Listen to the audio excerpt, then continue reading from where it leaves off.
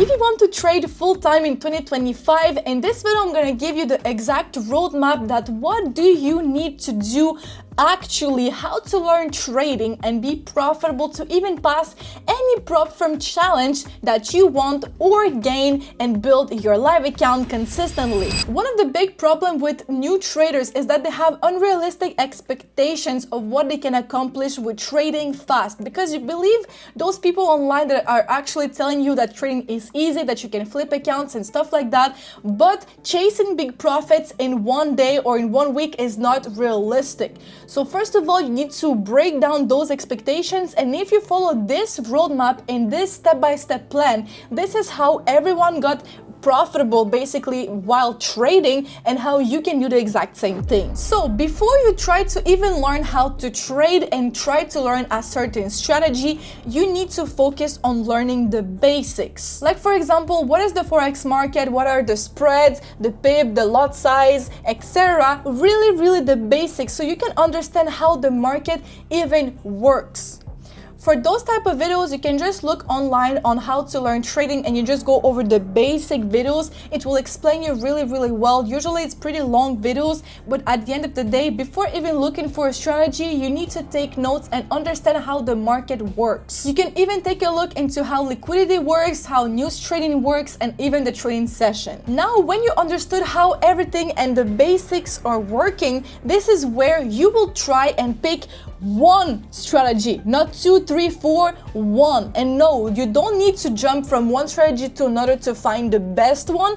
At the end of the day, all strategies might work if you fully master them. So don't just take one strategy, trade on it for like 1 or 2 weeks, and then you see that you have a little bit of losses and move on into the next one. Because this is the mistake that a lot of people are doing. It is to jump from one strategy to another, and then they have so much information in their head that it's not beneficial for them. You just need to focus on one simple thing, one simple strategy, and you need to try to trade it for at least 1 month and backtest it at least for 100 trades. And if after 1 month or even 2 of trading that strategy you still don't have results, this is the only moment that you can change the strategy, not after 1 week or not after 1 day of trying. And the next thing that you need to do is to understand how to properly manage your risk. At the end of the day, trading is all about managing your risk, having a good risk management so you can preserve your capital, and you need to understand how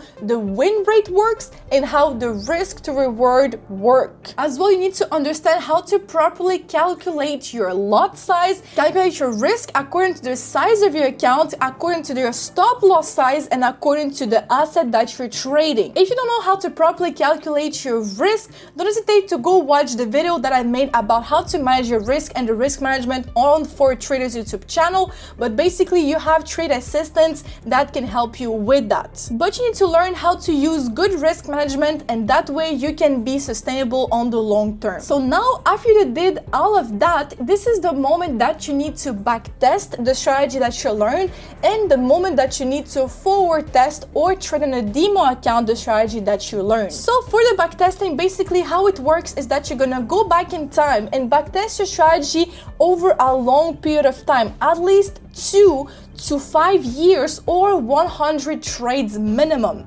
So that way, with some websites like for example FX Replay or even with the replay tool on TradingView, you'll be able to collect data about your strategy.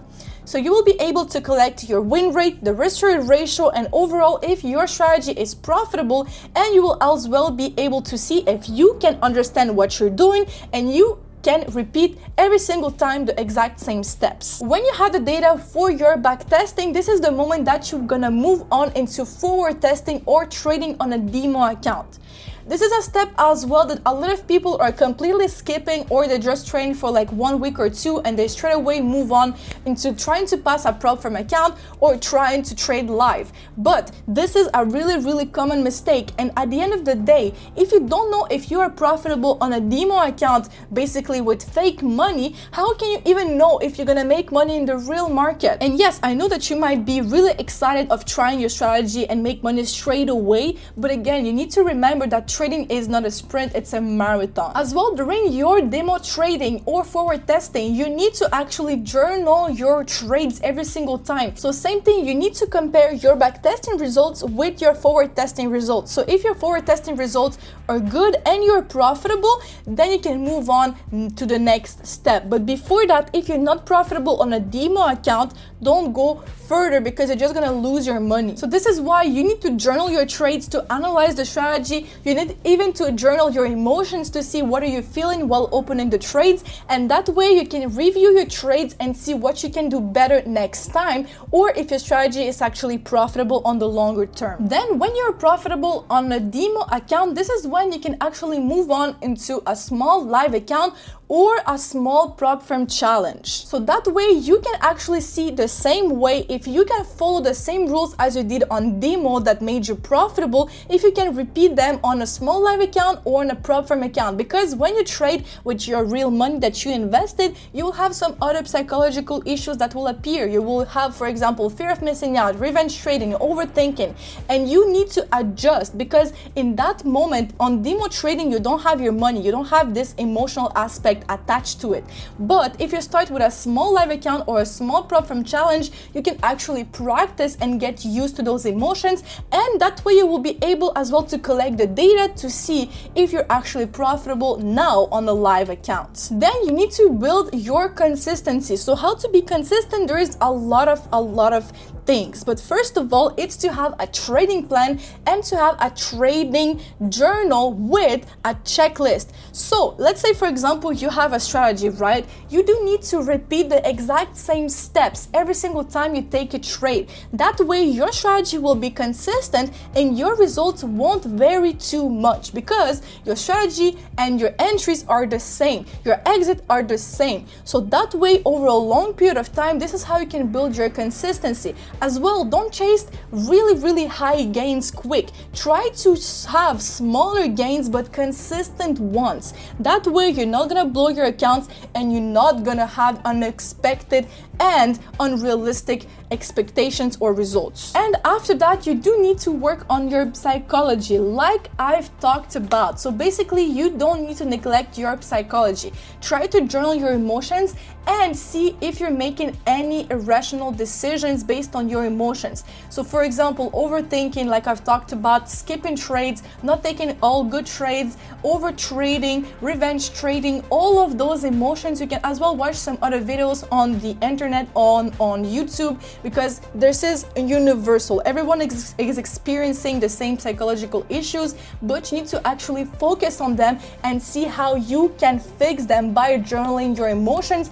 Have the need behind every single emotion and then work on them. Talking about the psychology as well, you do need to understand that trading, you will have some losses. It's impossible to always win. It's impossible to always have a really good win rate, because at the end of the day, we are not predicting the market. We're just using probabilities. At the end of the day, your strategy is a probability strategy. You have a win rate, you have a risk to ratio to make it work, but you will have losses, and losses are part of the game. And this is why you do need to accept your losses. The next step to be a full-time trader is now, when you're profitable on your small prop firm account or on your small live account, after at least 3 to 6 months of being profitable, you can actually increase your capital, because now you're used to your psychology, you're used to your strategy, and you're used to your accounts, right? So you can now increase this small account. For example, if you're trading on a prop firm and you used a 6K funded account, now you can increase it to 25K, 50K, or even 100 to trade out on a higher account size. Same thing, if for example you're using a live account, you can now put more money into your trading account, because now you know what you're doing and now you know that you're not gonna blow that money away. If you're trading on prop firms as well, you do need to understand that they have rules and limitations, and that you need to have a tight risk management. So for example, don't risk more than 1% per trade. That way you have a big margin between the overall drawdown and the daily drawdown, and basically you can take multiple trades before losing your account. Stick between 0.5 and 1% per trade is the best account, basically account risk for prop firms. As well, when you try to pass a prop firm challenge, try to pass it slowly. Don't try to rush it. Don't try to gamble it and just open one huge position and hope for the best. You do need to pass it slowly and consistently. This is the same way that you will actually receive a payout. As well, when you're, for example, gonna receive some payouts, like for example for traders,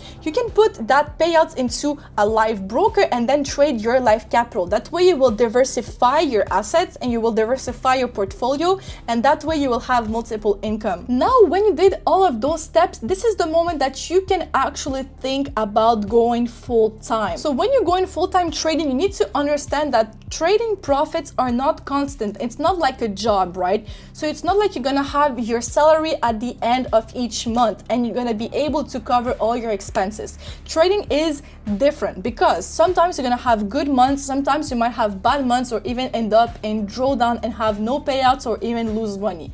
So this is why you do need to have a caution. So basically you need to have in your savings at least 6 months, 3 to 6 months of savings, so you can cover your living expenses in case something goes wrong with your trading, for example. Because when you're having this pressure of making money, this is now when your psychology will be affected again. So if you don't focus on actually having a good stable mindset, your profits might completely go down. So if you're trading under pressure, this is why as well your results might get affected, and this is why as well you need to have some savings before going full-time. As well, before you go full-time, make sure that you've received at least some consistent payouts, so that way you know that you can do it, and as well you know that you don't have this pressure that you don't know how to trade and you actually are not gonna make any money after you leave your job. And as well, focus on ongoing improvement. So basically you do need to continue to journal, you do need to continue to try to get better every single day, because if you don't do so, this is when as well you might get bored of trading, or maybe even your results will shut down. But if you actually focus on ongoing improvement, continue to journal your trades, continue to make better changes to your strategy, this is how you can get consistent over a long period of time. So that's it, guys. This is how you can actually become a full-time trader in 2025. But to do so, you need to don't skip any steps of this video, because if you do so, you might get caught in, again, a spiral of just trying without never succeeding. But this is why you need to go actually slower and step by step, and this is how you will actually become a full-time trader without blowing your challenges and without blowing your accounts. So if you enjoyed this video, don't hesitate to tell me in the comment, where are you right now in your trading journey? How long have you been trading, and are you full-time or considering to go full-time with your trading journey? So guys, if you enjoyed this video, don't hesitate as well to like, share, and subscribe yourself to For Traders, and we're gonna see each other soon into a new episode of Koshkah's Academy of Trading.